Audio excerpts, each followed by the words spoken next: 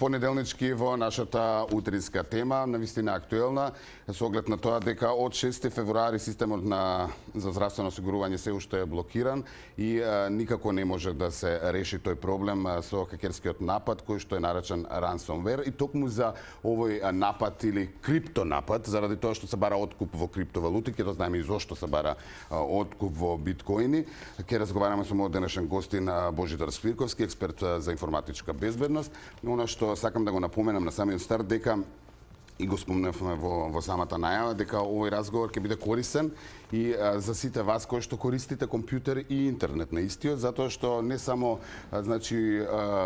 овие фирми, институции и така натаму се подложни на таков напад, може да ви се случи секому од вас да ви го блокираат компјутерот, податоците во него, цела архива која што си имате направено сите некако во дигитално време, дигитална архива, правиме фотографии, видеа и така натаму, да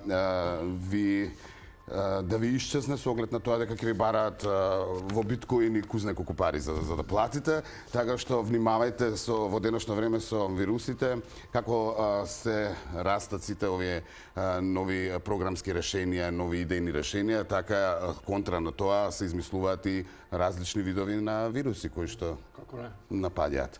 Добро утро. Добро утро. Веднаш ќе почнеме, имаме навистина тема, денеска се задржуваме конкретно на овој тип на вирус, ова што го нападна и Министерството за земјоделство пред известно време, па и сега Фондот за здравство, не можат да се ослободат, не можат да најдат решение од 6 февруари и до ден денеска. Така.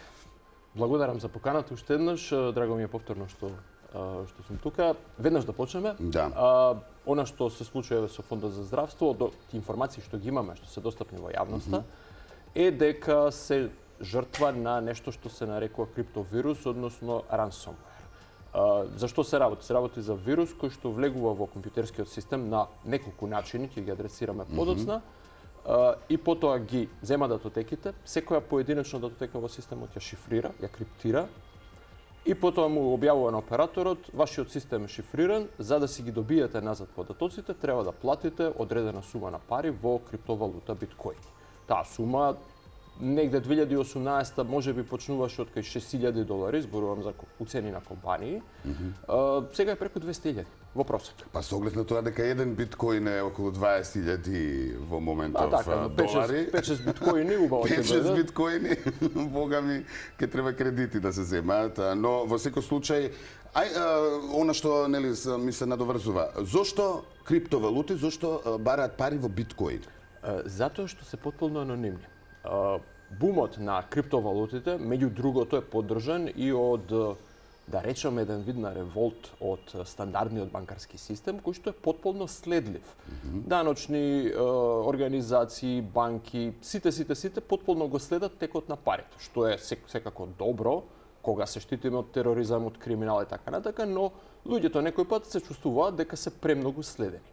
Се појавија криптовалутите кои се потполно независни од овој банкарски систем, работат буквално само на компјутери и нивното преносот на пари помеѓу една и друга сметка во криптовалутата буквално е еквивалентна тежина на праќање на имејл порака. Прати му на таа бројка, имејл адреса, како нешто бројка, изгледа како имејл адреса многу покриптична, толку и толку биткоини. Крај. Ни зошто никако... Трагата после се губи. Каде сме ги пратили, не може да се открие. Не, или може? Интересно. Анонимноста е гарантирана, бидејќи нема врска помеѓу името и сметката, но сите трансакции на криптовалутата се секогаш запамтени од целиот интернет. Буквално се потполно транспарентни сите трансакции, значи може да ги следиме сите, ама не знаеме кој е позади, кој е човекот што ќе ја добие сумата на пари. Името Божидар не е врзано со бројката што е сметка, за разлика од банкарскиот систем. Така да криптовалутите денеска се многу потешко следливи, ќе платиме на криминалецот, но тоа не значи дека ќе го добиеме името на криминалецот, бидејќи криминалецот може потоа да го прошета целото тоа количество на биткоини по многу различни сметки и освен ако криминалецот не се лизне, не му се испушти на некој начин, значи има глупости. На Твитер ги објавуваат бројките на своите сметки и одма се знае кој е чие. Ама тоа е грешка. Ако не му се лизне, нема друг начин да го најдат. Да. И во секој случај не може патот до крајниот корисник, многу тешко е или скоро невозможно тој последен да се чекор до значи и да се плати, не може да се следат каде ќе отидат и да се открие. Ќе може после многу долго време. Огромно трпение бара од властите. Тоа е најчесто невозможно. Добро, зборуваме за криптовирус. Така. Кај домашните корисници, да ги наречеме домашни, може да го добијат, да речеме, преку симнување нелегални филмови, нелегални игри и така натаму, сајтови кои што не се проверени, многу лесно може да се да го закачат, народски кажано, нели? И да им биде пратен по име. Добро, а како, да речеме, Фондот за здравство го добил овој вирус? Повторно зборуваме за Фонд за здравство со податоци од сите раз. Неколку пати ќе повторам истата реченица во текот на овој прилог, не знаеме. Нема никакви детали. Во она што го добиваме во јавност, како некои изјави дека има ransomware, односно криптовирус кој што стасал до ФЗО, нема детали по кој вектор е пристигнат во ФЗО. 3 се најчести вектори и исти се, без разлика дали се работи за организација или се работи за приватно лице. Најчестиот и најчесто користениот е испраќање на фишинг имейл порака. Имейл порака која ве измамува нешто да направите. Во случајот на криптовирусот, таа порака ќе ве убеди да симнете файл, кој што е програма, да го извршите или да отворите некој файл, или да одите на некој сајт и да симнете нешто што мислите дека е вредно, можеби бесплатни филмови, програма за гледање Netflix без пари. Ќе ја симнете, тоа во себе содржи криптовирус, тоа ќе се инсталира на вашиот компјутер и ќе го заклучи. Вториот го спомнавте метод, кој што е симјење на програми, филмови, пиратски игри, значи пиратеријата дефинитивно не е бесплатна. Ништо не е бесплатно. Третиот начин е да, и овој сега исто така актуелен, сам софтвер на вашиот компјутер да е ранлив и да е видлив на интернет. Постојат криптовируси кои што гледаат дали постојат такви ранливости отворени, да се уфрлат преку нив и да го компрометираат целиот систем.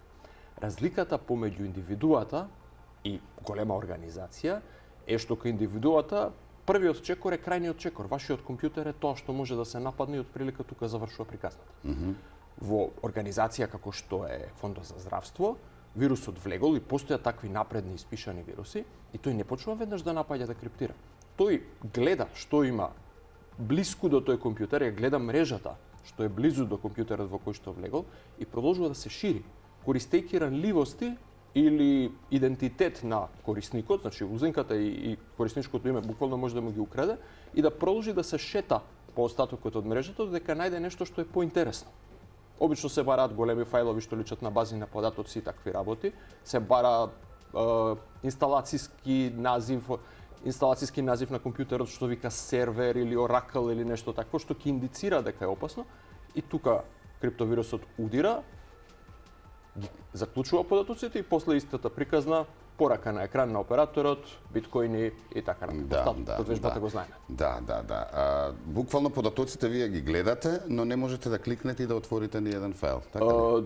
Технички тоа што го гледате сега е ѓубре, едноставно е неупотребливо. Не е ваше. Некој може да ви, како да ви дошол некој дома да ви е сменил бравата, и да не можете да си влезете дома и ви уценува да ви го даде новиот клуч. Да. Сега постои ли можност да се вратат тие податоци? Првенствено, ако се плати, дали ќе се врати? И второво е, ако на тие хакери, програмери, веројатно има и некој од Македонија или да се плати некој во светот кој што би можел да ги пробие, да го пробие тој вирус и да ги врати податоците колку толку. Какво решение има после овој проблем? Значи најдобриот начин за заштита од криптовируси е воопшто да не се работи, да не се стаса до темата што ќе правиме со криминалците. Ќе зборуваме како да се заштитиме посебно и да апелираме. Но ме интересира, проблемот е направен. Веќе од, како рековме, 6 февруари. Прво прашање, имате ли бекап? Ако имате бекап, вратете од бекап. Ако немате бекап, работата станува многу покомплицирана. Една опција е да му се плати на криминалците, тие ќе испорачаат клуч. И ќе ги вратат сите податоци? Но гарантираат за враќање? Не. Тука е моментот. Тоа е проблем. Они ќе ви испорачаат клуч. Никој не гарантира дека тој клуч совршено добро ќе ги декриптира податоците. Дури е сосема можно тој криптовирус да е многу добро напишан да шифрира податоци, ама едноставно некој да не бил толку внимателен во делот на програмата што ги дешифрира податоците, па да направи грешки. Така. И тоа постои како опција, како ризик. Секој пат постои некој да буквално не ви даде ништо, да платите пари и да ви прати ѓубре, и тоа да се случува.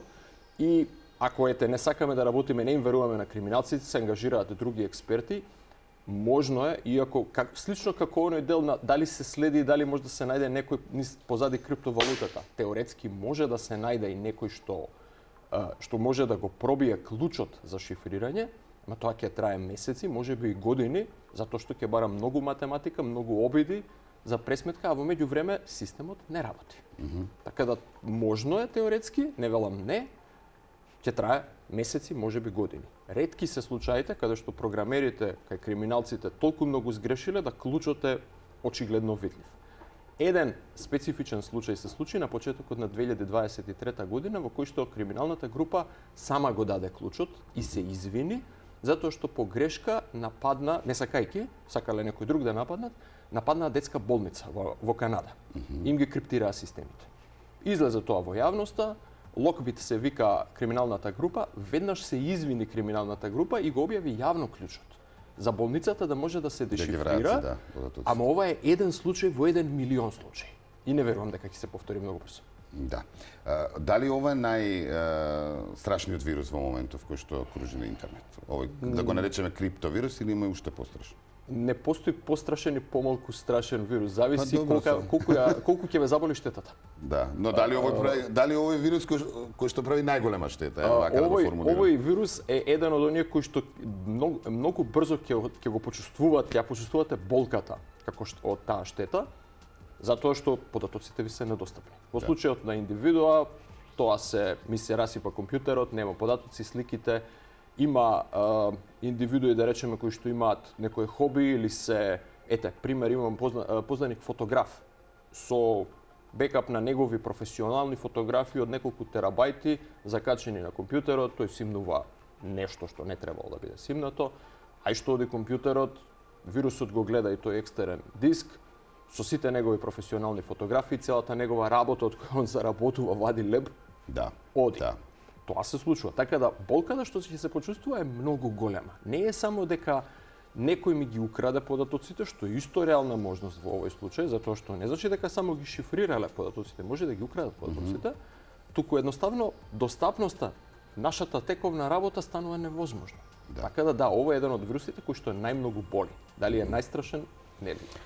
Сакам да се задржиме вака малку подетално и народот да не свати околу заштитата, како можеме да се заштитиме, на кој начин, за да малку од малку бидеме сигурни дека нашиот компјутер. Ќе звучам можеби репетитивен, ќе се повторувам, затоа што секогаш кога ќе стасаме до ова прашање околу заштитата, помалку или повеќе ќе повторувам истите работи, тоа е тоа. Добра хигиена е главната препорака која што можеме да ја кажеме. Кај специфично за овој тип на вируси, бидејќи ве онеспособува да си пристапите до податоците. Битен е бекап. Резервна копија на податоците, која редовно треба да се прави и која не е директно поврзана на компјутерот кој што е нападнат. Значи стои на некаков друг систем, на некаков друг сервис, можеби тој е дури и исклучен, диск што го чувате во фиока и еднаш неделно ги копирате податоците на него и го тргате. Знам дека е тоа многу тешко. Денеска тоа обично се решава со интеграција со клауд сервиси како Apple iCloud, како Google Drive, па податоците таму се копираат периодично самите, но систем кој што не ви е директно врзан на вашиот компјутер, периодично ги тргате податоците, дури и да се случи криптовирус, вие секој пат 95% од сите податоци ги имате на друго место, со една преинсталација на компјутерот и мала нервоза, реално, продолжувате да си го живеете животот. Со преинсталација вирусот исчезнува, така? Постојат некои специфични вируси кои што влегуваат и под инсталацијата на оперативниот систем, но затоа препорачувам да се ангажира стручно лице кој што ќе знае да оцени дали треба нешто повеќе да се прави или не. А на клауд не се сигурни податоците? од овој тип на вирус таму не може да влезе. Таму можеби на други начини можат да влезат. Ако некој ги фати вашето корисничко име и лозинка, потоа може по друг канал да оди таму и да ги украде од таа страна податоците. Затоа во претходната емисија зборувавме и за повеќе факторска автентикација, односно она шестоцифрен пин вие го нарековте, кој што покрај корисничкото име и лозинка се менува на секои 30 секунди, па уште ќе им го направи животот тежок на криминалците. Бекапот, прва работа. Втора работа, внимание со имейл пораките, затоа што измамата најчесто ќе дојде по имейл. Симињање на пиратски софтвер, филмови, да ги потсетам сите гледачи, нема такво нешто што е бесплатно на интернет. Добро, ама сите тоа го правиме вака да си признаеме јавно. Сега сите сме симнале песна или секоја чест. Или и го почитувам тоа. Ама бидете при тоа свесни дека секој пат кога го правите тоа или самите сте оцениле дека е доволно безбедно, или самите се оцениле дека ова е прифатлив ризик за мене. Тоа е реалноста. Антивирусите колку можат да се борат? Помагаат антивирусите. Тековни ажурирање. Помагаат антивирусите. Квалитетен антивирус е купен антивирус или овој на Windows? И на Windows е купен. Ако ви е платен Windows. Ако е легален Windows, да. И тоа е сосема добар антивирус. И сосема доволен? Да. Со тоа што постојат. И тоа е она битка помеѓу мачката и глушецот. Секој пат кога антивирусот ќе стане свесен за одреден тип на криптовирус, криминалците ќе напишат нов, за кој што антивирусот не е спремен да го детектира.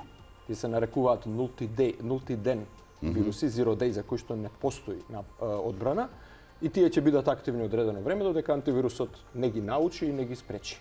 Антивирус дефинитивно и ажуриран оперативен систем, бидејќи спомнав, ранливоста може да биде искористена директно на оперативниот систем, дури без никаква интеракција на корисникот.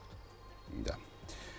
Многу информации, ама ќе ги процесираме. Во секој случај, убава порака на самиот крај, убав апел до сите граѓани. Рековме, никој не е заштитен од вирусите. Сите вие кои што джекчето ви е приклучено, односно веќе и вајерлесот ви е уклучен на вашиот компјутер, дефинитивно сте во опасност. Така што еден бекап и малку внимателност околу сурфањето и она што го симнувате во вашиот компјутер, би го препорачале, така? Дефинитивно, да. Да. Благодарам многу за одвоеното време и за објаснувањето. Нели многу се зборува, рековме, од 6 февруари за овој криптовирус, па верувам дека малку им е појасно на нашите гледачи и се надевам дека брзо ќе успеат од Фондот за здравство да се изборат и да пронедат некој експерт, веројатно, затоа што со плаќање рековме дека ништо не се гарантира, дека податоците ќе бидат вратени.